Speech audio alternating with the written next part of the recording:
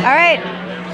Hi, Hollywood Connections is here at the Jazz Festival. We would not be here without this amazing man, and you are phenomenal. We want to thank Hampton for everything that you've been doing for us. No problem. Glad to do it for you. You guys are great. Wow, you know, we're talking, me and Nessyp, before we start. We'd love to be your media team next year. Think about it. Don't give us an answer, but nobody was doing interviews, and we're like, I'm doing all these interviews trying to find people and testimonies, and kind of keep that on your thought list as well. We really do appreciate your support, and we'll definitely get you in contact with the right people, and we can talk about that. Well, you know, it's amazing. You started out also in the music industry, and you were a comedian, you said, and my God, we can't wait to get an hour special only on Hampton. Seriously, he's going to come to the station. So tell us, what is it like to be you in this event? You have so many hats that you're from the Doors to the media to the bands.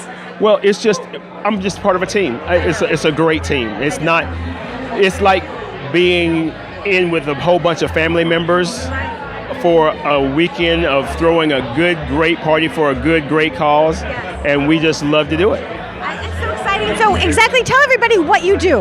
Well, I'm in charge of media, so we have the photographers and videographers and stuff like that. So we just make sure that the event is captured for everybody to be able to see and enjoy later on down the line. It's all about the youth, because the Art Institute is here, the culinary students are here, the Art Institute had their camera kids over here doing some filming. Right, absolutely. We try to involve as many community partners as we possibly can, because, you know, our mission statement is that music education for kids. That's what we're about. We're about educating the youth as much as we can and giving them real world experiences, like the AI kids in St. Pete College coming in and working with us on real world experiences. Just gives them more knowledge going forth when they go out and actually get jobs out in the world. That's amazing. I also heard that you do other things besides this. Once this is over, what do you do?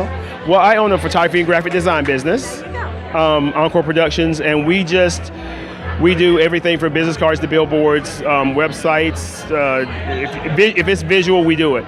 So every year I get a chance to loan that group of talents as a volunteer to Jazz Holiday. I've been doing it for 19 years, yeah. I love that. That's what it's all about. You give so much. You've got a great big heart, I'll tell you. That's amazing.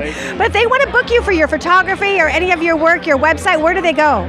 They can go to encoreuniverse.com and just send me an email, you know. Yeah, easy. EncoreUniverse.com, real simple. I have a question. Do you need an agent?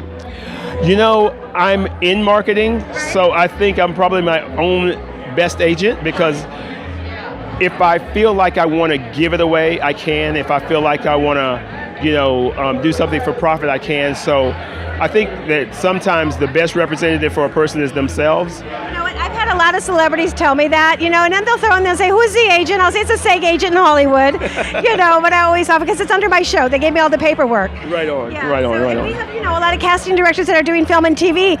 Are you interested in yourself to do film or TV? Well, I was a stand-up comic for like 9 years. Okay. So when I came out and I retired from stage, I sort of retired from stage. I mean, I don't ever look at opportunities as bad things or bad opportunities, but right now my big focus is on my photography and graphic design business. But if there was something small that came along that somebody thought I would fit, then I would definitely consider it. Bobby Hill, you got one right here.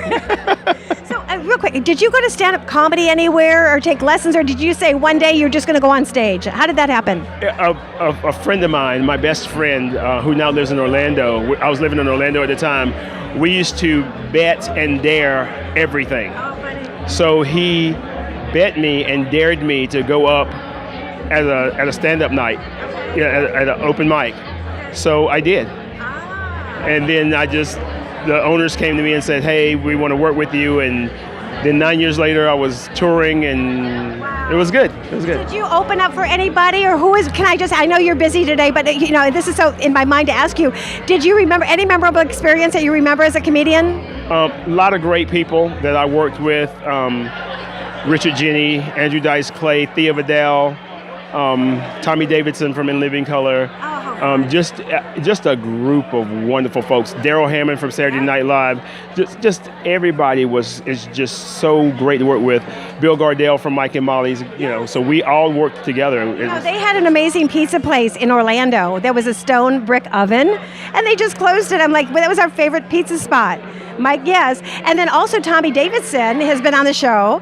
And, it's really great. I won 2 tickets to Ruth Eckerd Hall to Andrew Dice Clay.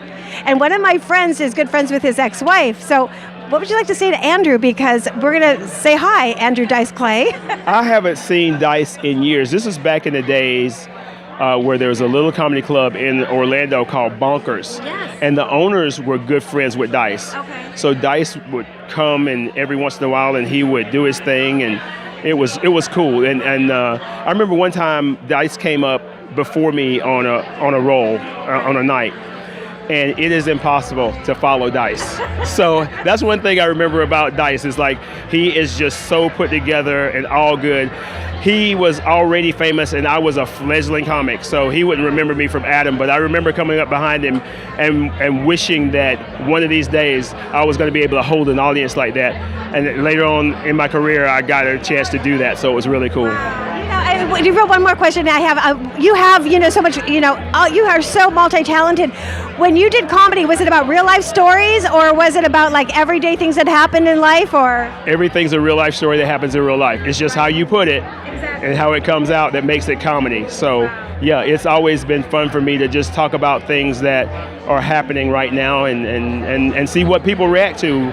And it's always been all good. Well, we want to do an hour special with him, and we want to do a little special as well and get some of the other people to call in that we've interviewed for longer interviews on the air and talk about the Jazz Festival. So that's coming up. Nisi, come here. We want to thank him because we couldn't be here without Cherie either. Cherie. I met Cherie. Cherie, we missed Cherie yesterday. She was here yesterday. She's got a big project she's working on, and she couldn't be here today, but that's my girl. We've been doing this. I remember recruiting her just for this festival, and we've been doing it together for years. I just love her. She's awesome. Just say real quick, I met her at the Tampa Bay Film Society that I'm on the board over there. We'd like to be on your board here. She's got Images International that's just doing so great. Her company, check her out, Images International. I think it's imagesinternational.com. Cherie Johnson, she is just awesome. She actually saw our little comical thing with our Nautica that we got stuck on the island. She goes, Dawn, I need to do a short with you and your husband and what happened. So we're going to recreate this for a comedy for a film festival. So yeah, that's awesome. Good. Yeah, she is awesome. What would you like to say? I just want to say thank you so much for having us. This has been just a highlight for me the last couple of days, just to spend time with you guys and just really enjoy myself. This is my first festival, so I am so looking forward to next year, because next year is supposed to be 40 years. It's the 40th one next year, absolutely. Right, and so we are so looking forward to it, because I've talked to Alan, I've talked to Mark, and they say they have really big plans for next year. Oh yeah. So I would love to be back next year, and thank you so much for having us. It's so great. Absolutely. It was just a pleasure to talk to you guys, and hopefully you'll continue to support the festival, clearwaterjazz.com. Yes. We love it. We're supporting these kids through music education, and we just would love to have all of the community support. It's awesome, awesome, awesome. So are you guys, this is really on a large scale, but are you guys doing something smaller and locally? Oh God, yeah. We have an outreach program that goes to different places in different towns, and reaches out, does music education seminars for kids and all types of things. We have an outreach team that travels, and that's all they do is bring that music education locally to local markets and people and teams and kids, and it is really awesome. See, you guys, this is just such an awesome event, and it's so supportive, and it just means for something instead of just people having to come and sit down and listen to music, because there's a whole purpose behind it. There's absolutely a purpose. Absolutely. So cool. Thank you so much. You're most certainly welcome. This is Hampton. I love him. He's my new best friend. Dawn's taking pictures right now.